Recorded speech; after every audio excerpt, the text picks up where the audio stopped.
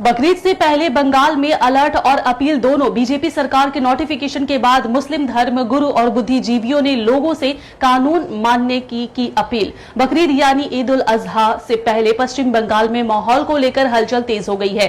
त्योहार मई के आखिरी हफ्ते में मनाया जाना है, लेकिन उससे पहले राज्य सरकार की तरफ से एक जारी नोटिफिकेशन चर्चा का विषय बन गया है। नई बीजेपी सरकार ने पिछले हफ्ते एक पब्लिक नोटिस जारी करते हुए पुराने नियमों को दोबारा याद दिलाया है। इस नोटिफिकेशन में West Bengal animal slaughter control act 1950 और 2018 के कलकत्ता हाई कोर्ट के आदेश का जिक्र किया गया है। सरकार ने साफ तौर पे कहा है कि बिना कानूनी सर्टिफिकेट के किसी भी कैटल यानी गाय या बड़े मवेशी की कुर्बानी नहीं दी जा सकती है।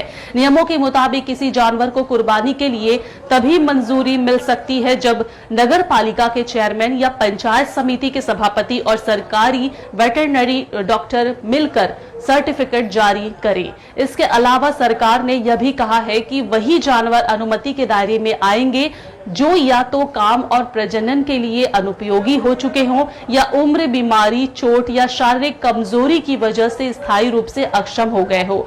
सरकारी नोटिफिकेशन के बाद अब कोलकाता समेत कई इलाकों में मुस्लिम धर्म गुरुओं और बुद्धिजीवियों ने लोगों से शांति बनाए रखने और कानून का पालन करने की अपील की है। कई मुस्लिम संगठनों ने साफ तौर पर कहा है कि समुदाय को त्योहार पूरी जिम्मेदारी और कानूनी नियमों के तहत मनाना चाहिए। लोगों से गाय या कैटल की जगह बकरे और भेड़ की कुर्बानी देने की सलाह भी दी जा रही है। धर्मगुरुओं का मानना है कि त्योहार भाईचारे, शांति और इंसानियत का संदेश देता है, इसीलिए किसी भी तरह के विवाद या तनाव से बचना जरूरी है। साथ ही लोगों से अफवाहों और सोशल मीडिया पर फैलने वाली गलत खबरों से भी सावधान रहने की अपील की गई है। बता दें, राजनीतिक हलकों में भी इस मुद्दे को लेकर चर्चा काफी तेज हो गई है। जहां सरकार इसे कानून का पालन बताकर सही ठहरा रही है, तो वहीं विपक्ष इसे धार्मिक मामलों में ज्यादा दखल बताकर सवाल उठा रहा है। फिलहाल प्रशासन की नजर पूरे मामले पर बनी हुई है और त्योहार को शांतिपूर्ण तरीके से कराने के लिए सुरक्षा और निगरानी बढ़ाई जा रही है। कानून था लेकिन लागू नहीं था। अब ये बीजेपी की सरकार आई है, इसने उस कानून को लागू करना शुरू कर दिया है, जिसमें इसका जो पहला शर्त है कि कोई भी बड़ा जानवर जिसकी उम्र 14 साल से कम है उसकी कुर्बानी नहीं की जा सकती है या उसको ज़बह नहीं किया जा सकता है। उसके लिए मैंडेटरी है कि वेटरनरी सर्जन का जो है सर्टिफिकेट होना चाहिए। बहुत अच्छी बात है।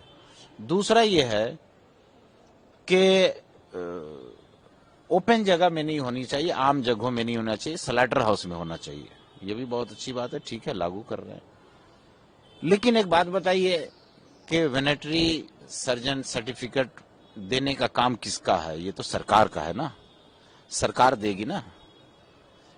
फिर हर इलाके में स्लॉटर हाउस बना करके देने की जिम्मेदारी किसकी है? सरकार की जिम्मेदारी है। तो सरकार को चाहिए था कि पहले ये तमाम चीजों को मुहैया कर देते, उसके बाद ये कानून लागू करते तो अवाम को परेशानी नहीं होती। अभी इस वक्त पश्चिम बंगाल के अवाम को कुर्बानी को लेकर के बहुत उलझन में है, लेकिन हमारा मुसलमानों से ये अपील है कि तमाम मुसलमानों से ये अपील है कि आप गाय की कुर्बानी न करें, बल्कि कुर्बानी नहीं बल्कि हमेशा के लिए गाय का गोश्त खाएं ही नहीं। और सरकार से हम अपील करते हैं कि तमाम स्लॉटर हाउस को बंद कर दीजिए, गाय कुर्बानी नहीं हो, कोई भी बड़ा जानवर कुर्बानी नहीं हो, और गाय को नेशनल एनिमल का दर्जा दे दीजिए। क्योंकि गाय अगर मुसलमान नहीं खाएगा तो सबसे ज्यादा नुकसान हमारे हिंदू भाई का होगा, मुसलमान का नहीं होगा। क्यों?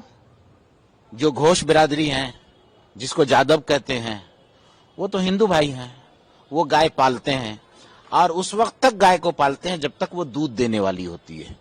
जब 5 साल 6 साल के बाद वो दूध देना बंद कर देती है तो उसको वो बेचते हैं बकरीद के मौके पर, खास करके स्पेशली जो 25,000 की गाय होती है उसको 1 लाख में बेचते हैं। तो उनका जो पैसा बर्बाद होता, उनकी जो पूंजी खत्म हो जाती, कोई खरीदने वाला नहीं होता, मर जाता।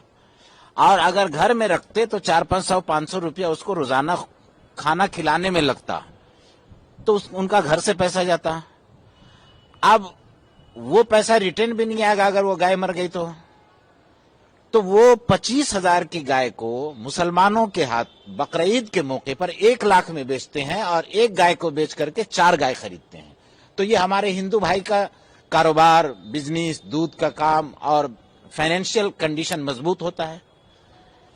तो सबसे ज्यादा तो हमारे हिंदू भाई का नुकसान है।